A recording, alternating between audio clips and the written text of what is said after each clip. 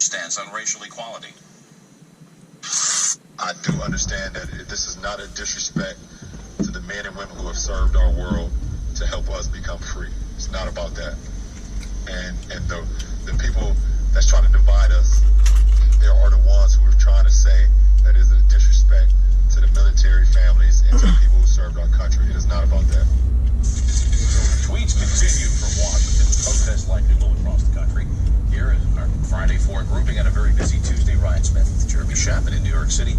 Kate Fagan, what do you think about what Mr. Jones did last night? Strategically adept, adroit, meaningful? Strategically adept. It sounds like you've got some view there. Here's what I thought. When I first saw it, I have to admit I paused and I said, what's he really trying to accomplish there? No anthem is playing.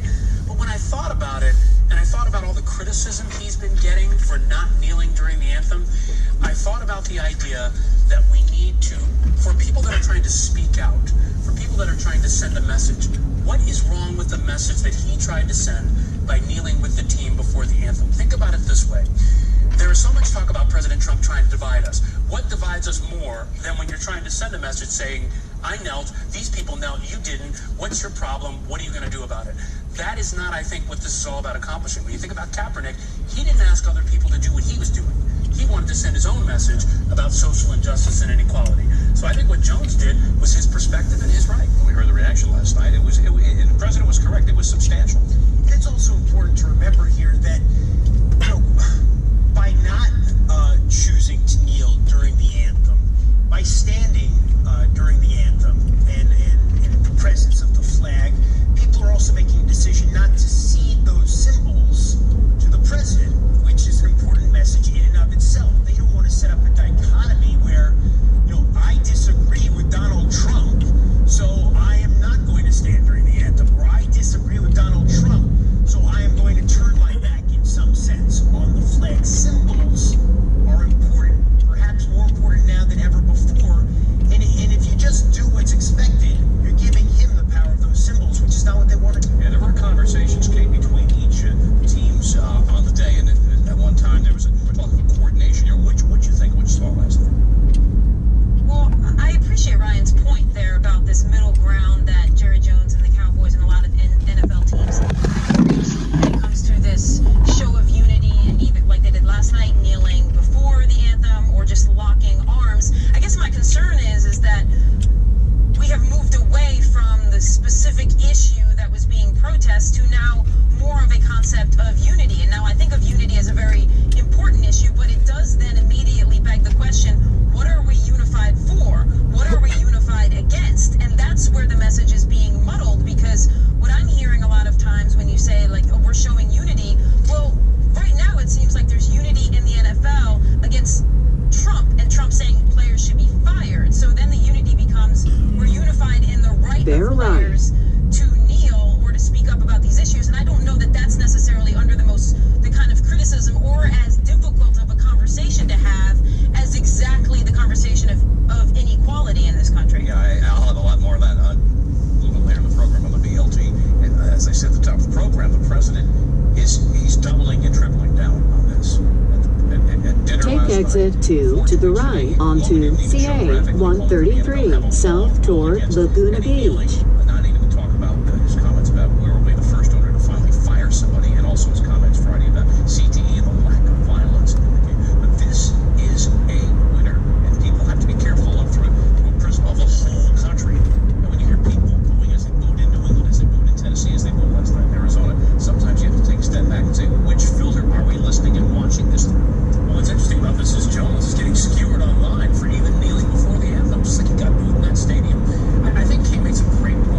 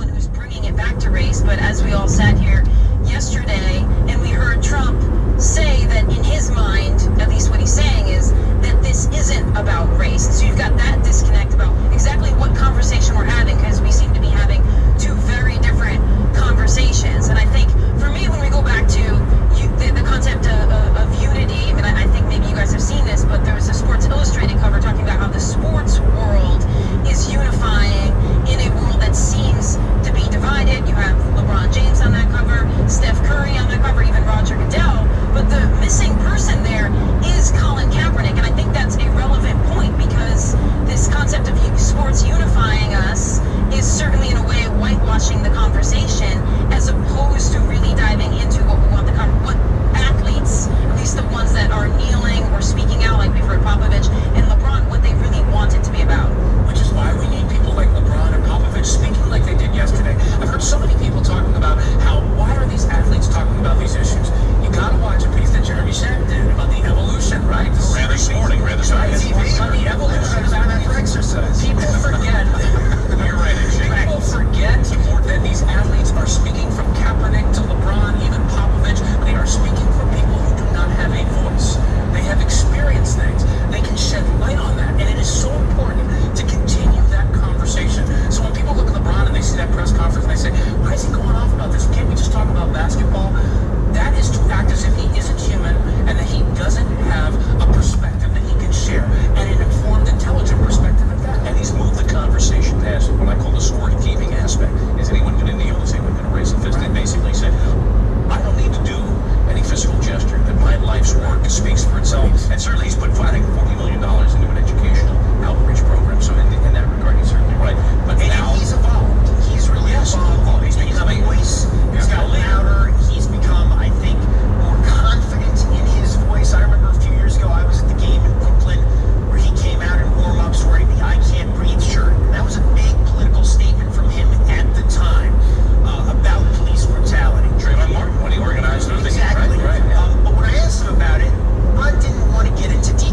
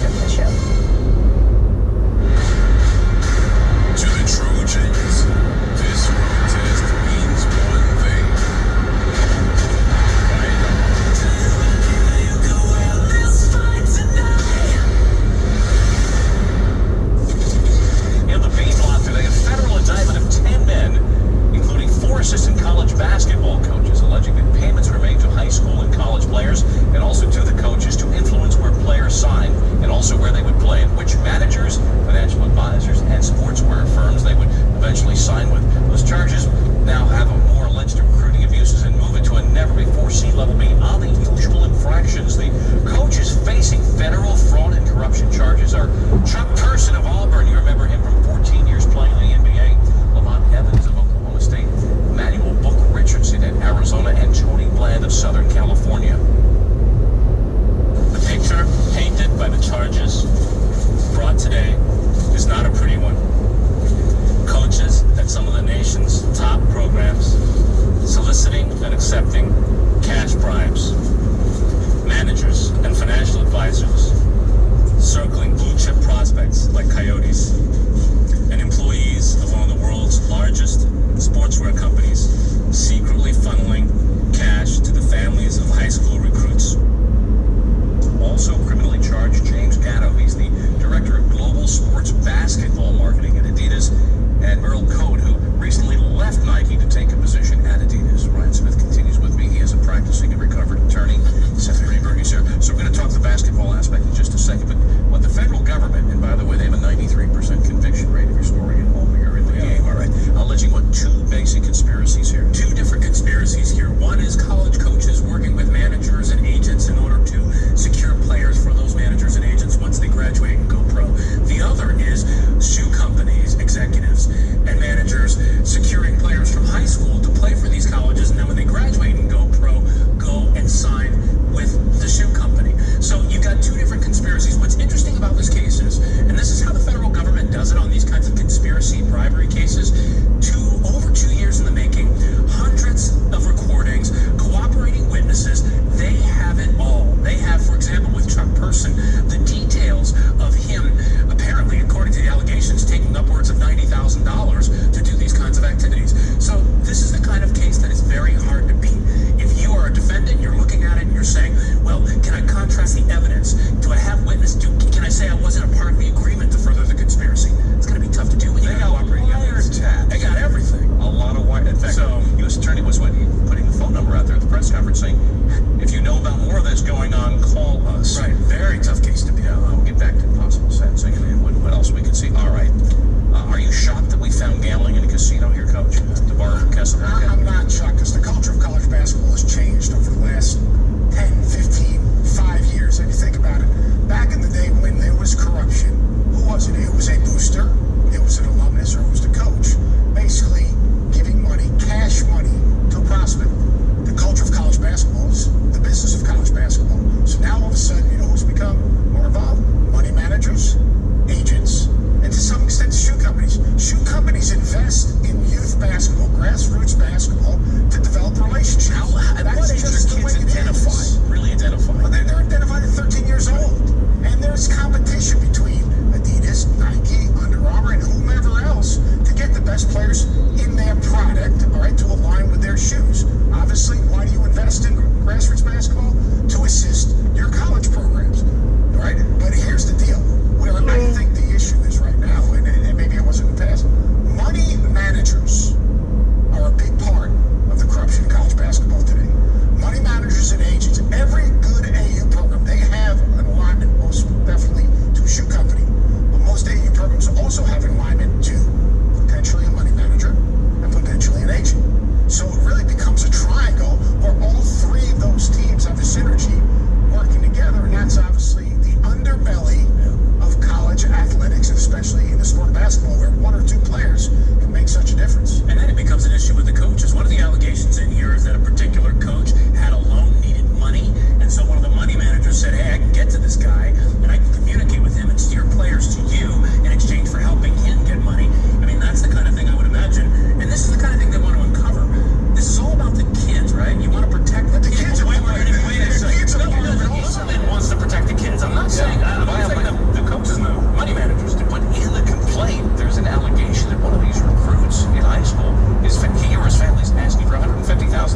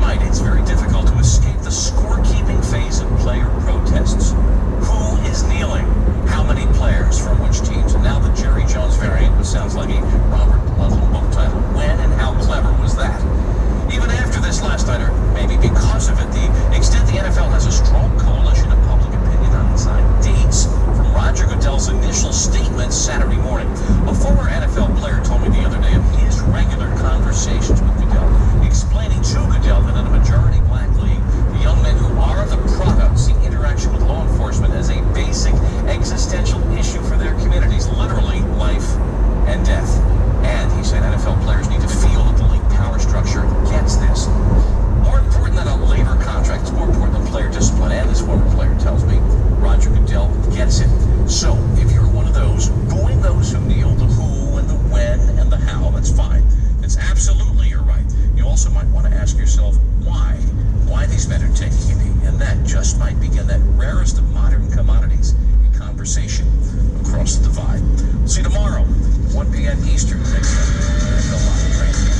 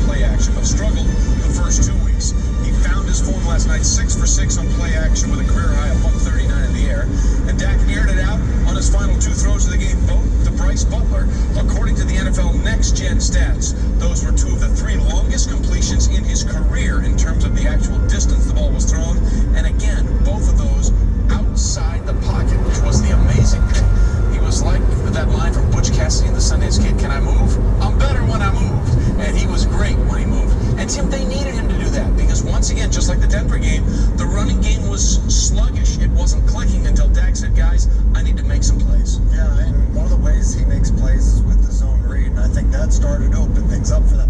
You have to understand about the zone read. It gives the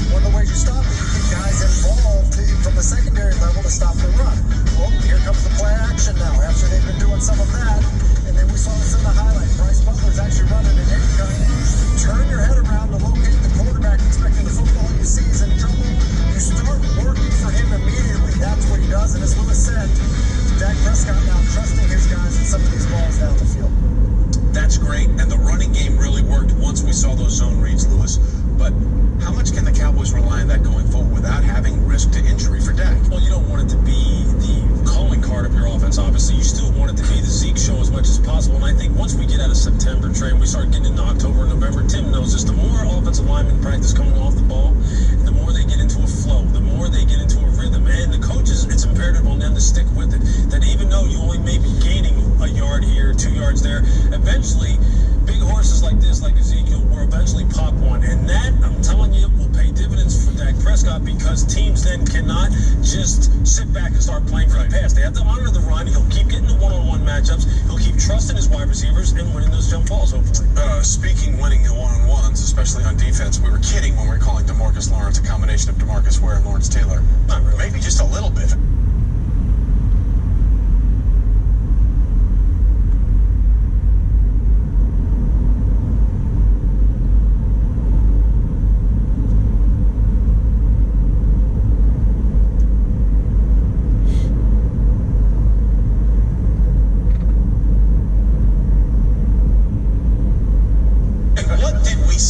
This was a coming out party on a grand stage for him. Yeah, I think a number of things came together for him. Number one, he took advantage of an offensive tackle in Jared Bellier, who's not used to playing right tackle. Yeah. And number two, he was getting off the rock, and he showed you everything.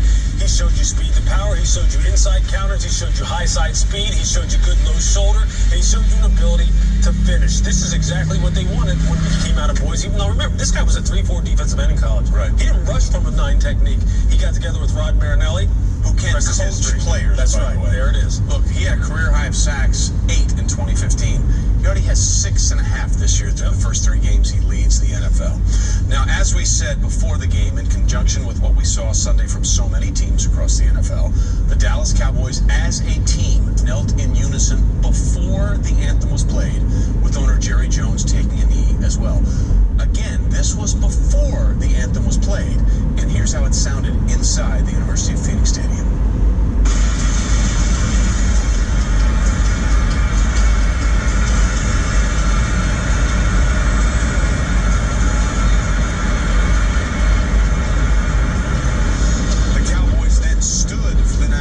Still locked arm in arm, and owner Jerry Jones was there.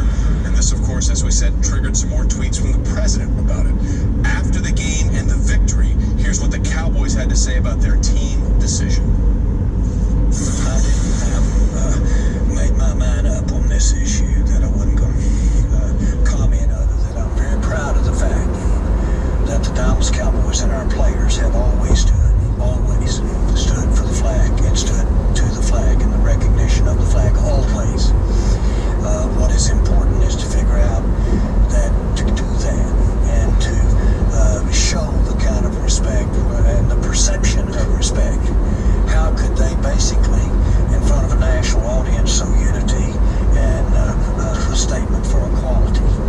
We just wanted to show unity. We don't agree at all with what the president said, and we just wanted to show that we weren't going to be divided by that. The biggest thing for us was to show support and to demonstrate, but do it in a way that didn't involve the American flag and the national anthem, and everybody was behind that.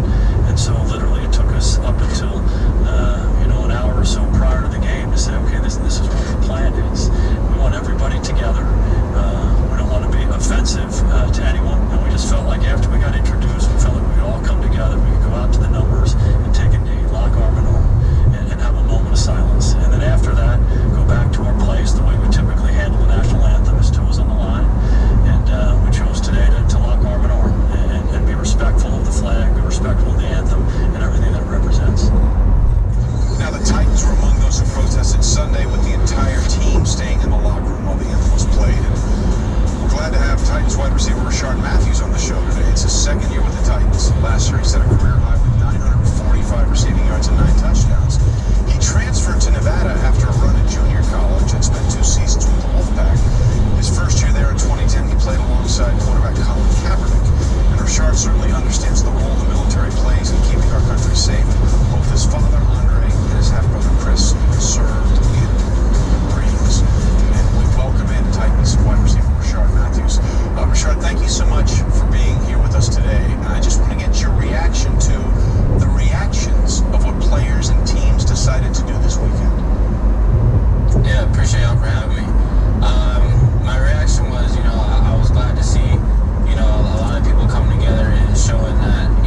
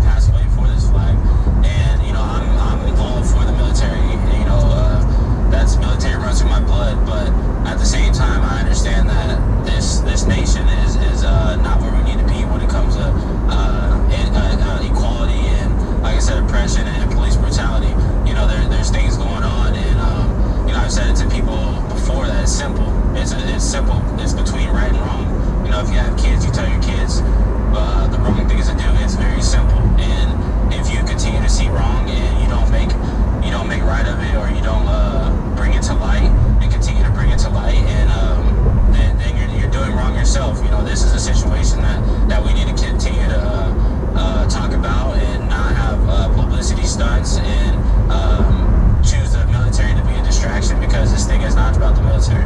Well, to that point, you mentioned Colin Kaepernick. You know, he and Eric Reid, Colin started it, and Eric Reid, the 49er safety, joined him, and they said they went about kneeling during the anthem after talking with a former Green Beret and a former long snapper in the NFL, Nate Boyer, and it was this veteran's idea that you can show respect by kneeling, as what you would do with a fallen brother, as well as having that ability to protest. So what do you say to people who still don't think that this is the appropriate way for you to be doing this, or players to be doing this? Like I said earlier, I just challenge them to do a very good job at gaining more knowledge about what's actually going on. Like I said, I'm a military person. I'm not taking it as disrespect at all for when somebody's taking a knee. So, if you aren't in the military and you're taking it as disrespect, then maybe you should, like I said, gain more knowledge about what's actually going on in the country that we live in. This great country. We're having disrespect happening at the highest level in this country, and it's just not okay. This mass protest in week 3 was a direct correlation to the verbiage that the president used at that speech in Alabama on Friday night. Among other things, he referred to those that were protesting as SOBs. And that's why we saw so many people doing it this weekend. What do you think the ramifications will be going forward? What's your plans going forward after this week? I plan to kneel. I plan to kneel until the president apologizes for the comments that he made, because I felt like there's a very disrespectful comments that he made. The league is made up of, I think, either 70% or over 75 or over 70% African Americans. So the people that will be kneeling for this cause would be African Americans. So and to keep it honest, he was calling a lot of us, and I feel that he was calling myself a SOB, and that's not okay, very disrespectful. So I plan to kneel until the president apologizes. Well, how much talk has this been among the team itself? Because when we bring up these topics a lot, whether it's on a show like NFL Live or on social media, you get those 3-word responses: stick to sports. So how much do you guys as a team talk about this, and how much did it consume sort of what happened with your squad between Friday and what happened Sunday? We do get the stick to sports, and I'm tired of hearing that. I'm just tired of having people tell us to stick to sports, because it's just very, very frustrating. But we did talk about it. A lot of guys gave their opinion on it, and that's what it's all about. It's not about you to give your opinion and me to dislike you for that. We live in this great nation, and we have the right to have freedom of speech, and that's what this whole thing is about, having equal rights and not judging somebody just because they feel different than your views. The interesting thing too, Rashard, with what happened Monday night was that the Cowboys made a conscious decision to not kneel during the anthem or while the anthem was played, and they were still booed for it. What did you make of that? This is a topic that's going to continue to be talked about. I don't see that there's any right or wrong way to it. Like I said, we live in a country where you have rights. If somebody wants to kneel, then to show you that they feel like this country is still not equal, and we still have oppression and police brutality and things happening to minorities in this country that aren't equal, then they should have the right to do that. The Cowboys did that, and I respect everybody, and I respect everybody's decision to do what they feel they need to do. Well, look, obviously you're going to continue this, and Rashard, we'd just like to say we appreciate you being with us, and perhaps most importantly, please thank your family for us for their dedication, their service, and of course the price that they've paid. Rashard, thanks for being with us today on NFL Live. All right, thank y'all for having me. So that was the Tennessee Titans, Rashard Matthews. We're joined now by Dan Graziano on the set, and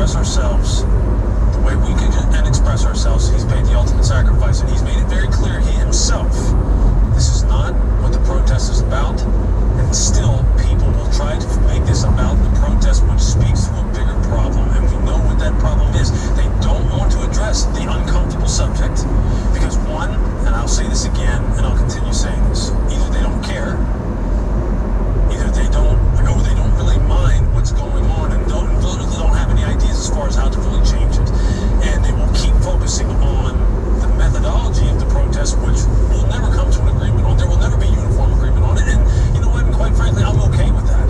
I'm okay with that because I understand what people want and how people are upset about the form of protest based on your individual beliefs. I get all that. The problem that I have here is that the conversation keeps stalling. Even though we keep saying this is good because there's a lot of dialogue going on about it, it's just talk, Trey. It's just talk because all the people right now who are annoyed and angry and all this great anger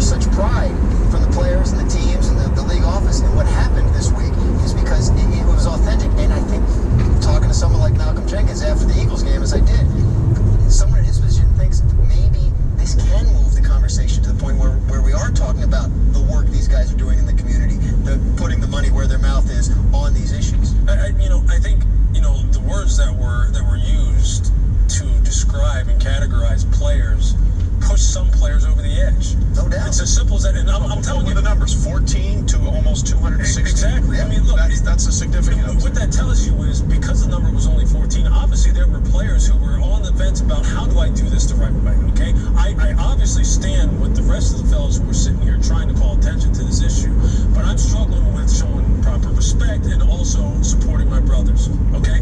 But when someone starts attacking you personally with a broad brush, everyone has a line. For sure. Everyone has a line. And so now they've been pushed over the edge. And see, now what has happened is the whole thing has become convoluted because now it's become, like you heard what Rashard Matthews said, right? Now it's just about okay, now I've got it. Now they've been backed all the way up into a corner to where now I got to deal with this guy first. Now I got to deal with being attacked first. I can't even get to the issues because now I've been called out. And see, now what that's doing, it's slowing down. I think it's slowing down the discussion to some degree. Because we're not focusing on what the issues were in the first place. Now, look, obviously, this all was driven by what happened Friday night in Alabama. The question now becomes, how much does one person want to use 140 characters to continue to drive this thing? And we'll see how the players, the owners, and the coaches respond to that. Lots more coming here on this edition of NFL Live. When we come back, we'll take a look at Aaron Rodgers. And some people see Aaron Rodgers, and some people see that guy is Aaron Rodgers. See if we can straighten that out. Tell us, it's 2 for 1 Tuesday. Can we hit the panic button on some of these 2-1 teams yet? Derek Carr of the Raiders doesn't think we can do that right now. There's no panic. I promise you that. Does it suck? Does it sting? Absolutely. Because you never want to go out there and do something like that. But at the same time, there's no panic. NFL Live is presented by KFC's original recipe fried chicken.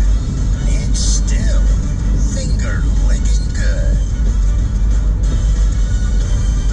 Introducing the all-new KFC $10 chicken share with 9 chicken tenders, or 6 pieces of chicken, or 12 hot wings, or popcorn nuggets. Now get out there and have fun. Woo, let's go! It's finger-licking good. You have a vision. It's behind everything you do. Even when you least expect it, it comes through. You know what you want, and we can help make it real.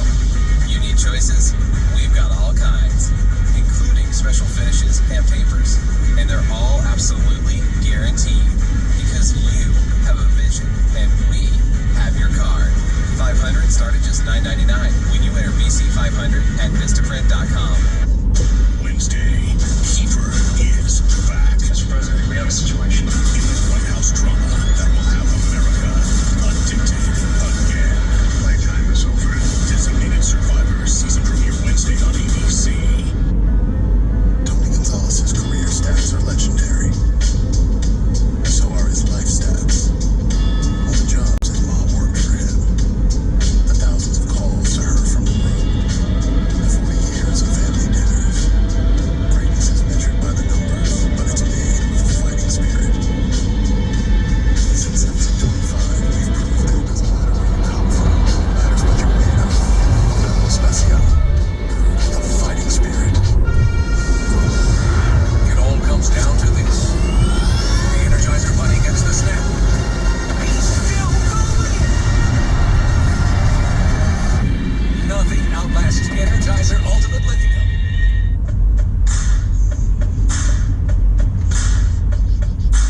I love a good challenge, including when my 5-year-old draws a track for me to drive. If I need a little help, my Q50 is there for the assist.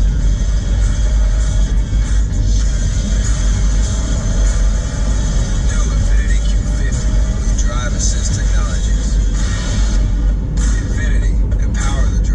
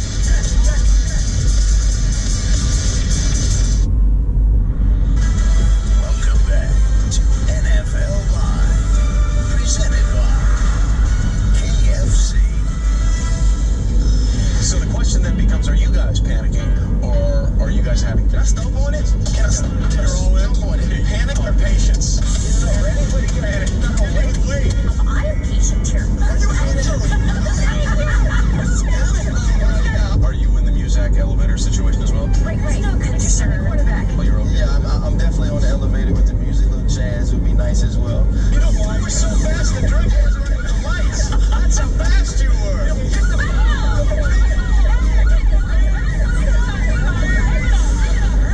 The job is fun. 2 for 1 Tuesday is in teams that are 2-1. 16 2-1 teams. Again, tied for the most in a season in the Super Bowl era. And we could have literally 18 with what happens with the Bucs and Dolphins as they go forward, having missed week 1. Okay, so we're going to take a look at a little panic of patience as Adam Schefter is locked in and ready to talk to us today about this. And let's start with the Pittsburgh Steelers. The Steelers lost in overtime in Chicago to a Bears team that they were supposed to beat. They are now 2-1, heading to Baltimore to play a Ravens team that was humiliated by the Jaguars Sunday in London, 44-7. But there were clear issues with the run defense Sunday in Chicago for the Bears. Yeah. So, Lou, 2-1. Are you panicking or showing patience with the Steelers? Well, I'm going to show patience here because I tell you what, I was one of those people who was on the train with these guys, especially the front seven. Killer B train. There's that habit. These guys look legit up front. I thought Cam Hayward was playing as well as any defensive lineman in the league. Yep. Then they go and get gashed by the Bears, who right now I think are going to sneak up on some people.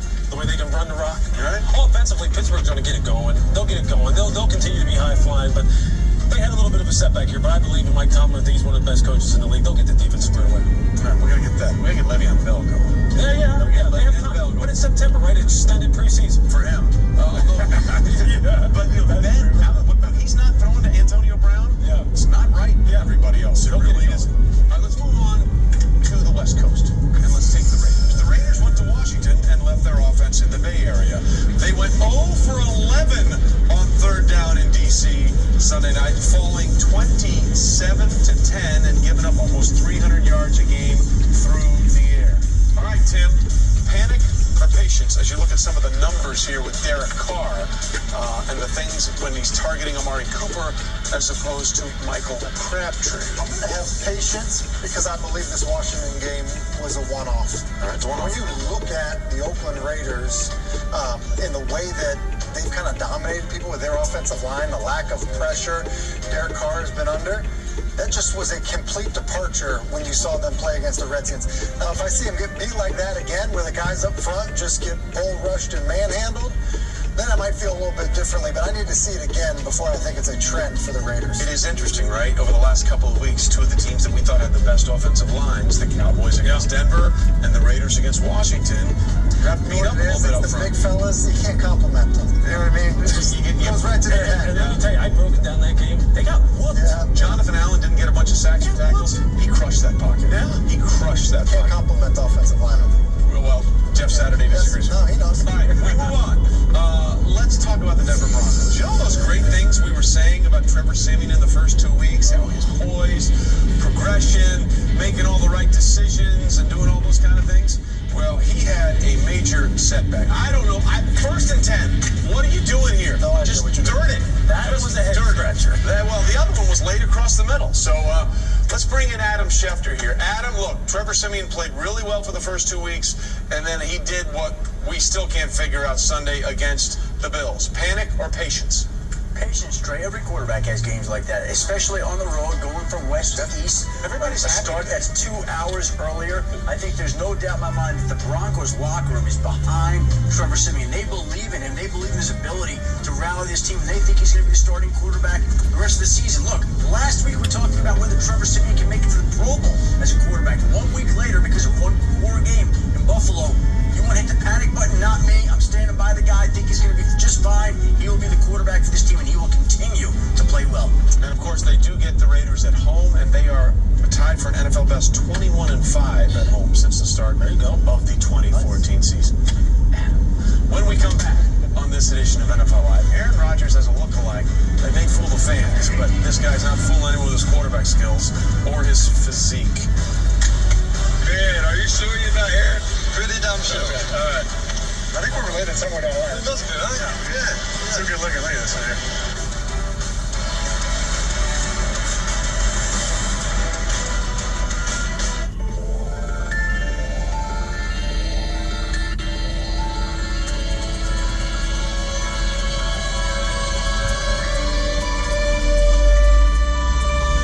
What we do every night is like something out of a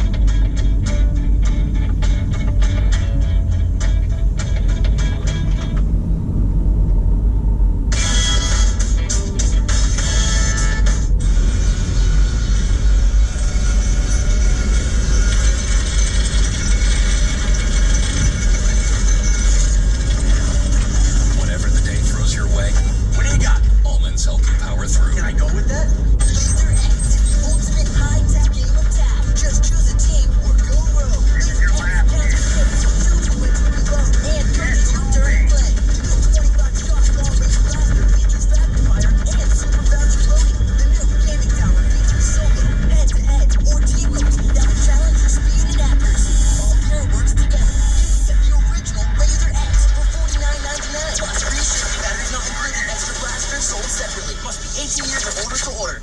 What's the verdict, Dr. Atkins? Blood work says it's draftitis. So when your fantasy football draft is finished, you become depressed. All you want to do is keep drafting. What can I do? DraftKings. It's quick and easy to draft a new team every week. Just play this and I'm cured. No. You've got gout. But I can keep drafting, right? Oh, yeah, you can keep drafting. I got the gout. You got the gout. Play this week's $100,000 contest for free with promo code HEADSET. It's not the turbocharged engine or the panoramic sunroof. It's not the heated seats or the driver assistance features. No, our greatest feature is one you don't even see. For 19 years, a portion of every Hyundai sold has gone to Hope on Wheels to help find a cure for childhood cancer. $130 million later, hope is our greatest feature, and it comes standard on every Hyundai.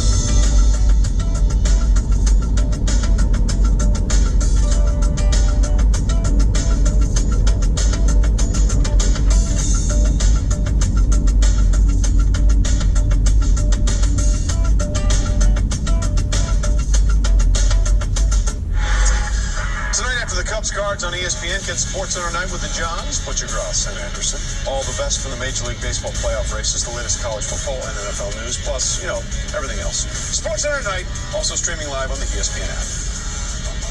Now looks, throws right side of the end zone. Touchdown, Lance Kendricks. Rolls the pocket right. Looks, throws end zone. Wide open. Jordy Nelson. Touchdown. Rodgers rolling right, throws right side of the end zone. Jordy's got it. Touchdown. Jumping on the line. Snap to Rodgers. Looking downfield. Penalty marker down. Rainbows to left side. Geronimo Allison. He's got it. The 40. The 30. He cuts it back to the 20. Down the left sideline to the 15 to the 10. And tagged down inside the 10. I could watch that throw from Rodgers 100 times. It's been unbelievable. Tale of two halves, though, this year for the Pack.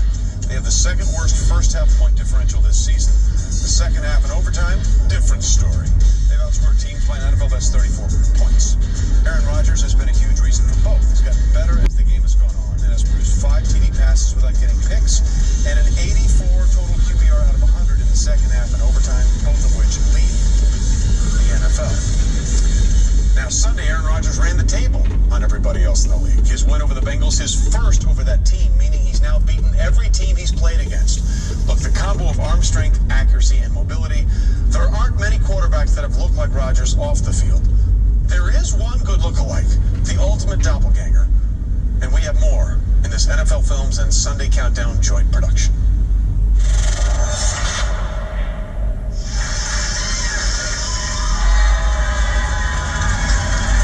It's great to be here. Right? I know. My name is Tom. I'm from Sheffield. That's in England.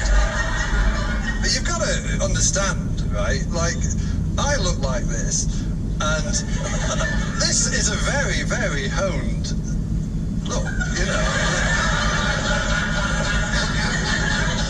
Imagine my surprise when someone said, oh, there's somebody who looks like you. What?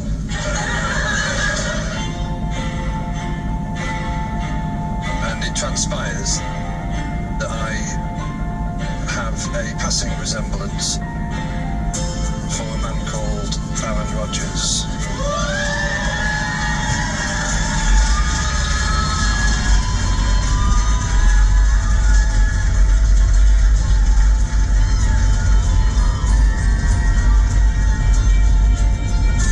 But I've been walking around Green Bay. And I thought, it'd be fun, like, to just sort of try and locals.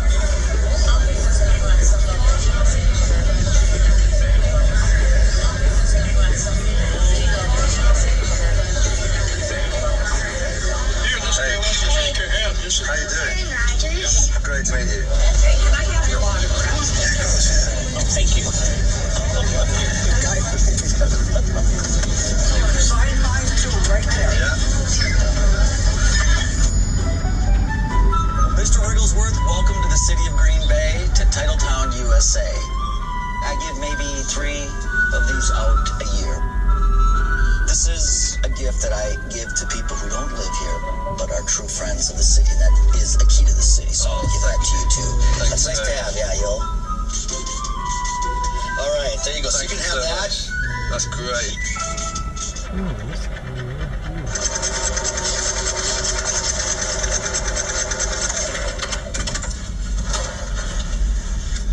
Hey!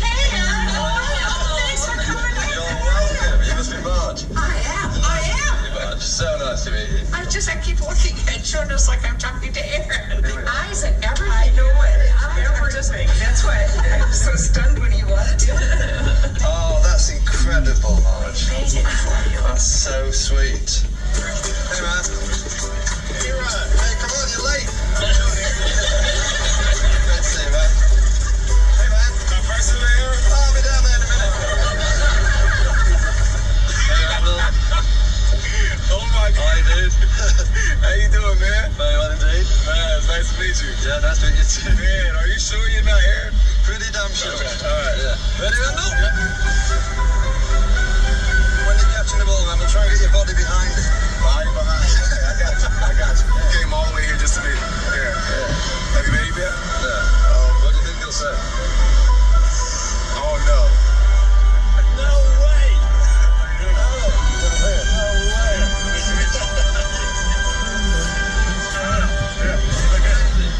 right, you look just like me. I think we're related somewhere down the line. We must be, right? Yeah. So good looking. Look at this right here. Did they spell it right? Yeah. Okay. Yeah, that was double checked. Yeah. Double Just discount give check. double check? Yeah. Oh, let me see your hands. You got big hands, right? Yeah. Little space. Okay. Okay. One finger on the second lace.